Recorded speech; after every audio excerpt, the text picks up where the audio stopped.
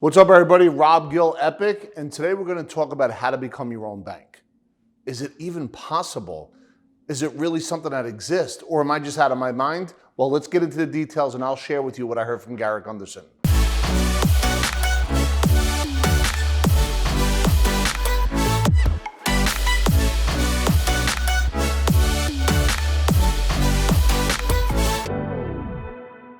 So according to Garrett Gunderson, he says that 1.1% of term policies actually get paid out. In other words, somebody shuffles off this mortal coil and the insurance carrier pays the surviving spouse and or the heirs.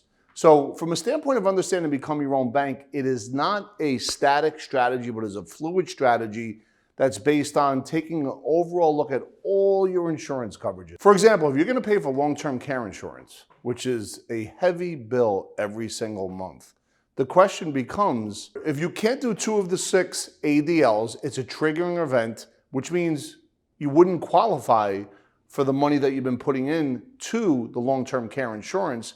And some would say if you overfund the permanent life insurance policy during that same time, with those same dollars, you would be recovering the cost of insurance and having that money work for you in a banking strategy where you not only get guaranteed rates of return, grows and comes back tax-free, but while it's earning a rate of return inside the permanent life insurance policy, you could use it for other investment opportunities by having leverage, liquidity, and control. And once again, being able to put yourself in a position of prosperity and protect yourself from the things that you can't control, such as death, disability, lawsuit, inflation, and interest rates. So as we get into the banking concepts, what's important to understand is we take an overall look at where we're putting money every month, right? So if you create your own bank, you get more tax advantages. You're able to use your money with guarantees and be able to protect yourself from stock market risk. So what are the products that you use in order to be able to do it? Before you look at the product, you have to look at where you're spending the money. Some people spend money every month on term insurance, which is a cost. Some people spend money every month on long-term care insurance. If you took those 2 insurances and understood the cost of that and replaced that and moved it over to a cash value permanent life insurance plan inside this banking concept, you would now be able to get the guarantees, tax advantages, and be able to use the money in a multiplier fashion. So once again, everything that we talk about is really based on a macroeconomic view. The question is becoming your own bank the right thing to do? I don't know. I can't say for sure.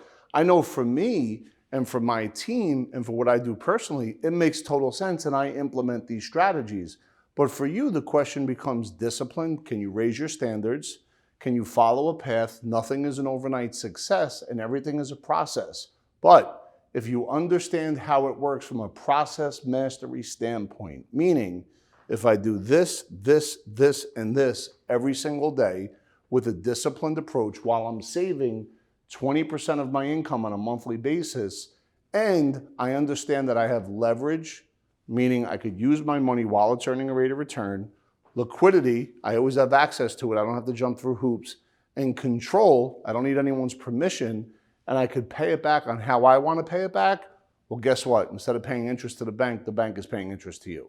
And this is what we're talking about in these strategies. Once you I dot and T cross and get with a team that could take you through this process, to me, it's a no-brainer. But it's a no-brainer providing you're going to do A, B, C, D, and E. If you stay in that space of understanding long-term points of view with a guaranteed savings rate while you're committed to savings on a monthly basis, in that space and in that time, you will begin to generate your own wealth and create your own opportunities. Everybody wants to buy term and invest the difference into a 401k or an IRA.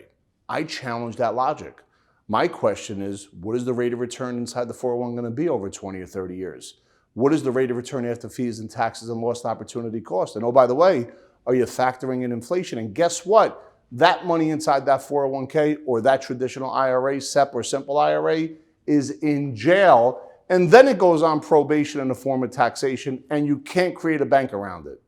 However, if you take that same mindset of savings, that same discipline, and you structure it into your own bank, well, now your money's free, it's not on probation, and you can get multiple uses. Ultimately, what it means to become your own bank or be your own bank in this scenario is that you get to decide what you want to do, when you want to do it, how you want to do it. You don't need anybody's permission.